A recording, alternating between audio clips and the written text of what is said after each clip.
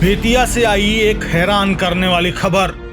BJP सांसद से मांगी गई 10 करोड़ की रंगदारी, नहीं देने पर बेटे को जान से मारने की धमकी।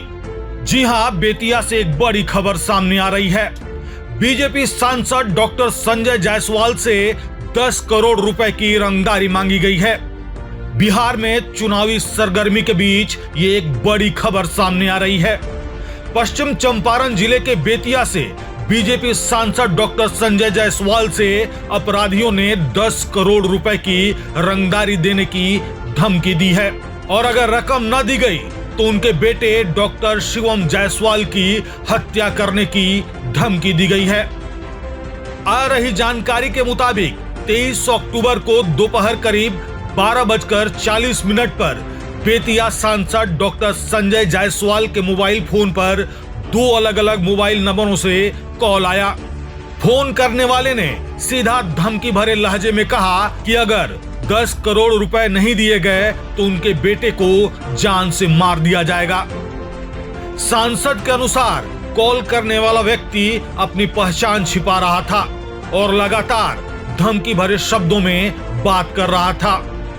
डराने और धमकाने वाली यह कॉल आने के बाद सांसद ने तुरंत इस पूरे मामले की जानकारी स्थानीय पुलिस को दी और नगर थाना बेतिया में शिकायत दर्ज कराई। शिकायत के आधार पर पुलिस ने एफआईआर दर्ज कर जांच शुरू कर दी है। बेतिया सदर एसडीपीओ विवेक दीप ने बताया कि सांसद डॉक्टर संजय जायसवाल से 10 करोड़ रुपए की रंगदारी मांगी गई है और धमकी दी गई है कि रकम नहीं देने पर उनके पुत्र को जान से मार दिया जाएगा। उन्होंने कहा कि मामले को बेहद गंभीरता से लिया गया है और पुलिस की विशेष टीम बनाकर छानबीन शुरू कर दी गई है।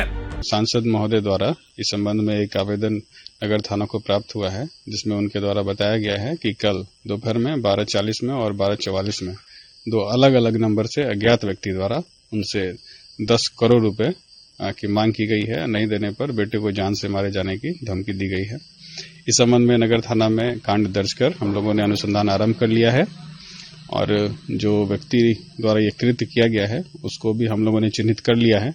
जल्द ही उसकी गिरफ्तारी कर ली जाएगी। पुलिस ने अब तक मिले दोनों मोबाइल नंबरों की कॉल डिटेल रिकॉर्ड निकालने की प्रक्रिया शुरू कर दी है।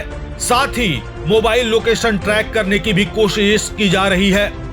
बताया जा रहा है कि कॉल बिहार के बाहर से की गई हो सकती है, जिसके बाद अब पुलिस साइबर सेल की मदद से अपराधियों तक पहुंचने की कोशिश कर रही है।